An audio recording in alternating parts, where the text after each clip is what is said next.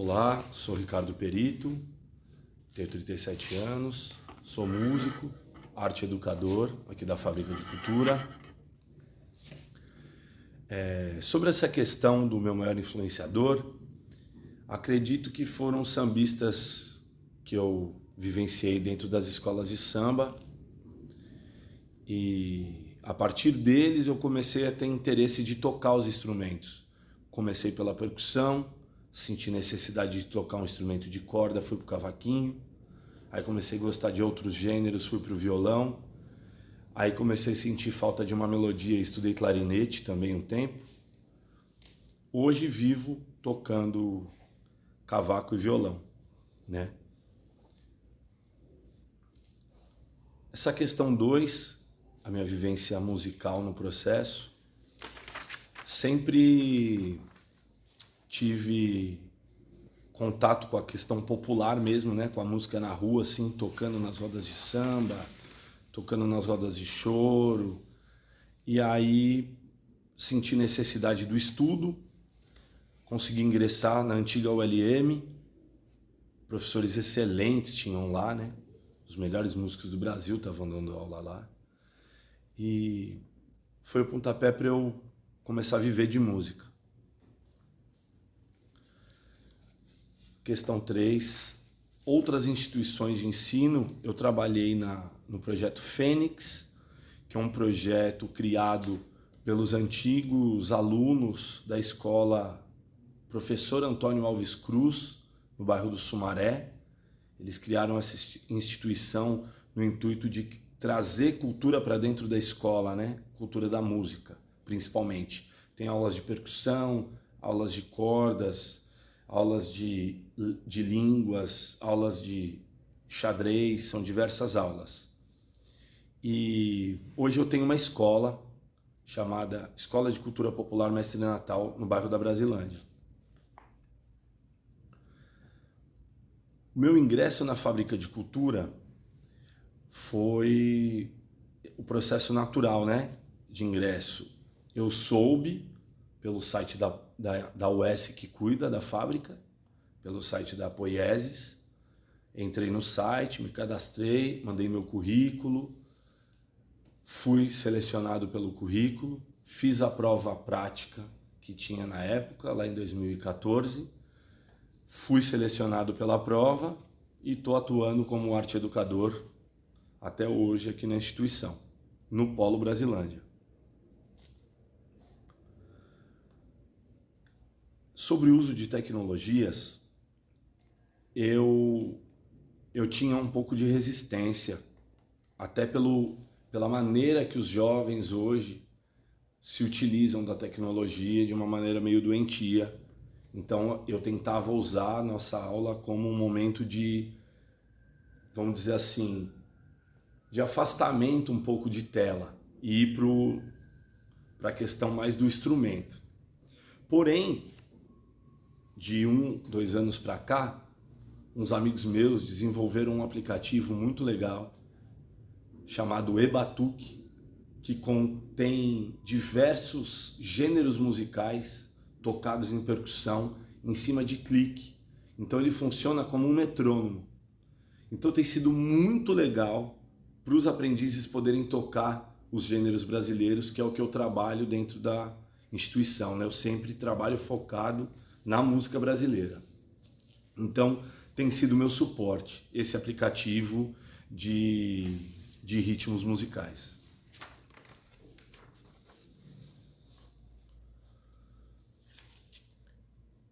Sobre a diferença de níveis na mesma sala, é uma realidade que a gente enfrenta desde o primeiro ano aqui.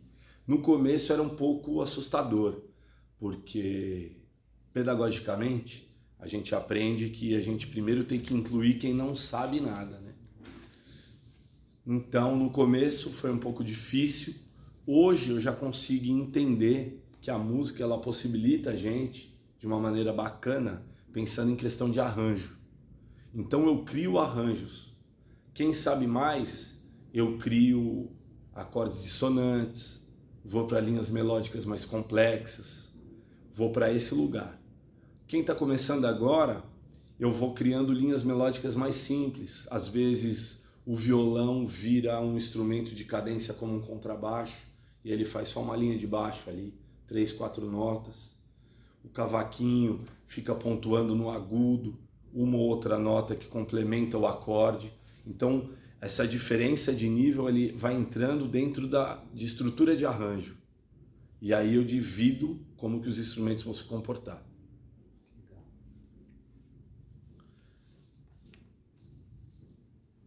Na fábrica temos os 2 professores, eu e o Stelzer, que é um grande violonista, bem conceituado na cidade de São Paulo. Não existe seleção de alunos aqui. Qualquer aprendiz que tenha interesse chega na recepção, se matricula e faz o curso. Tendo a vaga, ele vai ingressar e ele vai tocar. A gente só vai descobrir o nível quando o aluno chega aqui. E é engraçado que já teve aluno que chegou aqui tocando muito. Como tem gente que chega aqui que não sabe nem como pega no violão. Então, isso ao mesmo tempo é legal, porque a gente consegue descobrir muitas joias aqui dentro, né?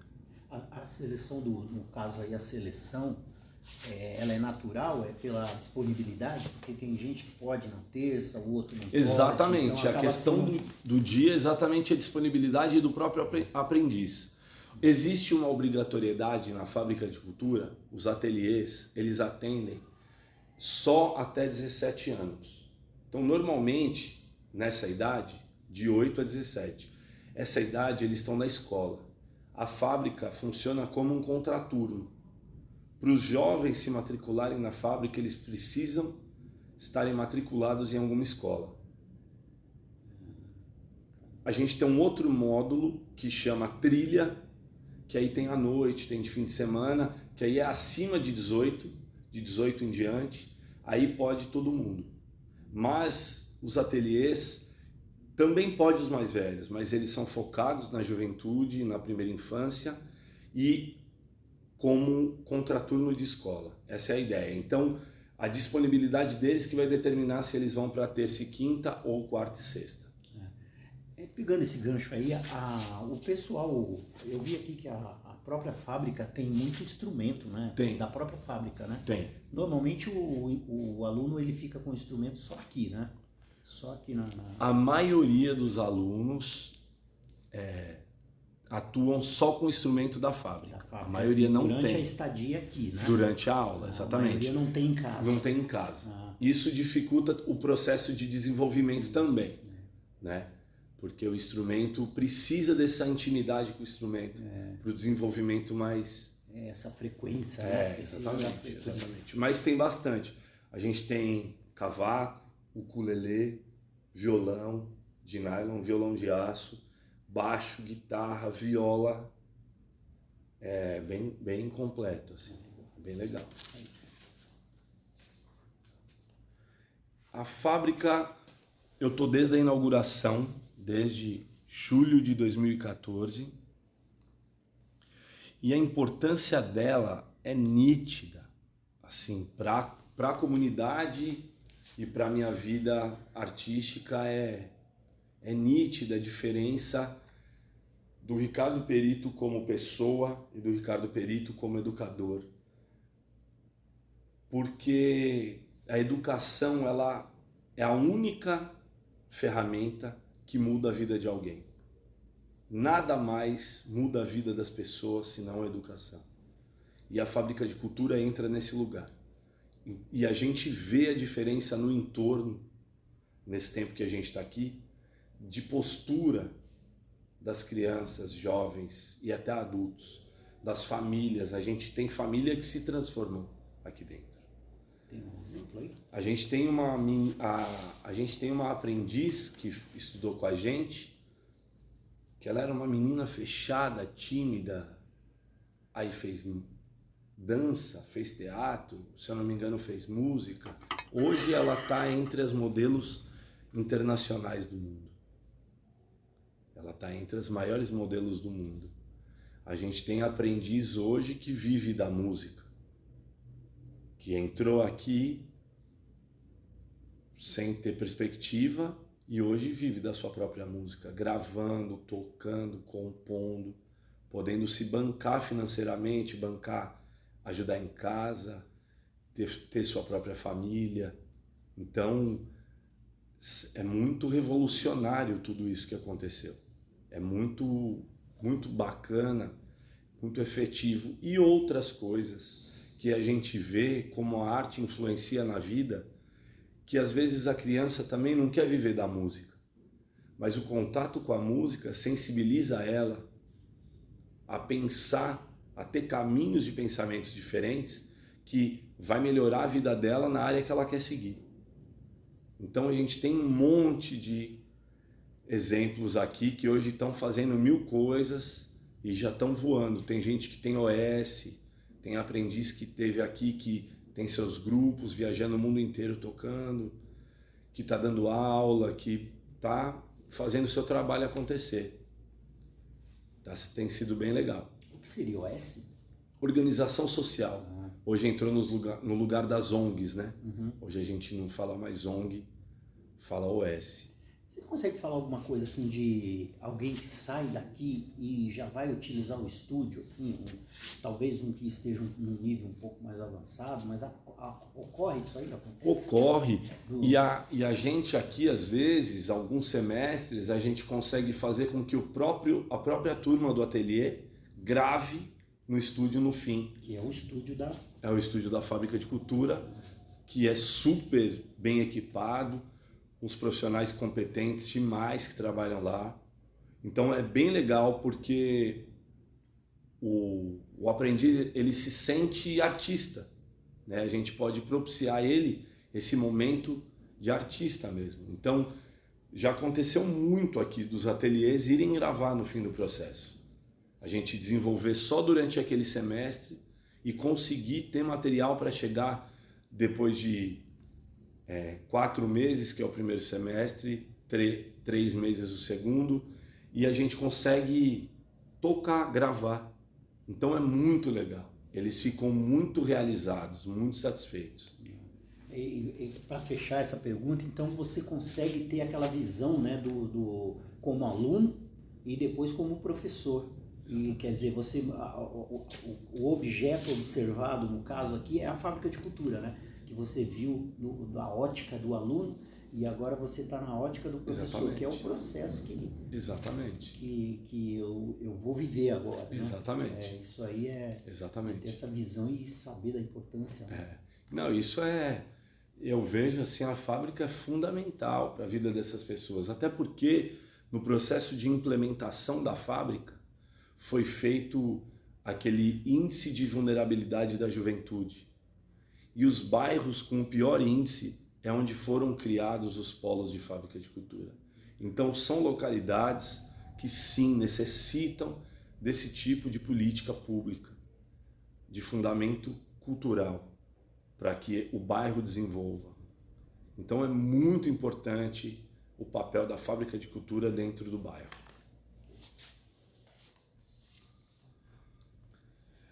A minha perspectiva profissional é dar continuidade e conseguir alimentar a minha escola, porque eu acredito muito na cultura popular como suporte e alimento de humanidade para o ser humano, né? Tem uma música que eu sempre coloco para os meus aprendizes no primeiro encontro, que é uma música do Ney Lopes, que é um estudioso do Rio de Janeiro, do movimento preto, advogado, filósofo, compositor, sociólogo e tudo mais, que ele faz uma brincadeira, né? Uma metáfora. A primeira parte ele apresenta a receita da comida que ele está falando, e a segunda parte ele faz uma metáfora com nós seres humanos, que ele fala: pessoa que não reconhece sua própria cultura vira farinha fina. Então eu sempre falo para eles, a gente não precisa gostar, mas a gente precisa conhecer a nossa cultura popular, para a gente saber de onde a gente veio. E só quando a gente sabe de onde a gente vem, a gente sabe onde a gente quer chegar. Então minha perspectiva é muito amparada pela minha escola, porque eu acredito muito no processo educacional, como eu já disse, e também viso um trabalho pessoal meu de músico, para lançar minhas músicas, minha ideia, minha filosofia para o mundo, para compartilhar com as pessoas, com os ouvintes. Eu acho que essa dica para acelerar o desenvolvimento, eu acho que não tem outro caminho senão estudar todo dia. Ainda que pouco, né? Que seja 5 minutos. Tem que ter a frequência, Tem que né? ter a frequência. Não tem, porque instrumento é intimidade. O instrumento, como eu sempre também falo para os meus aprendizes aqui, o instrumento, como a matemática, como o exercício físico, não é um dia, daqui 10, daqui 20. Não, é todo dia. Eu não vou chegar numa academia hoje e vou levantar 200 quilos. Eu tenho um caminho a perseguir, a percorrer. Tocar é a mesma coisa. Eu não vou pegar o cavaquinho hoje e vou sair tocando brasileirinho. Eu vou adquirir técnica, habilidade. Na junção de tudo isso, eu tenho o resultado final, que é tocar tudo que eu quero. Então, não tem outro caminho. Tocar, tem que estudar todos os dias. Ouvir muita música, com o ouvido atento para a música, e aí você desenvolve.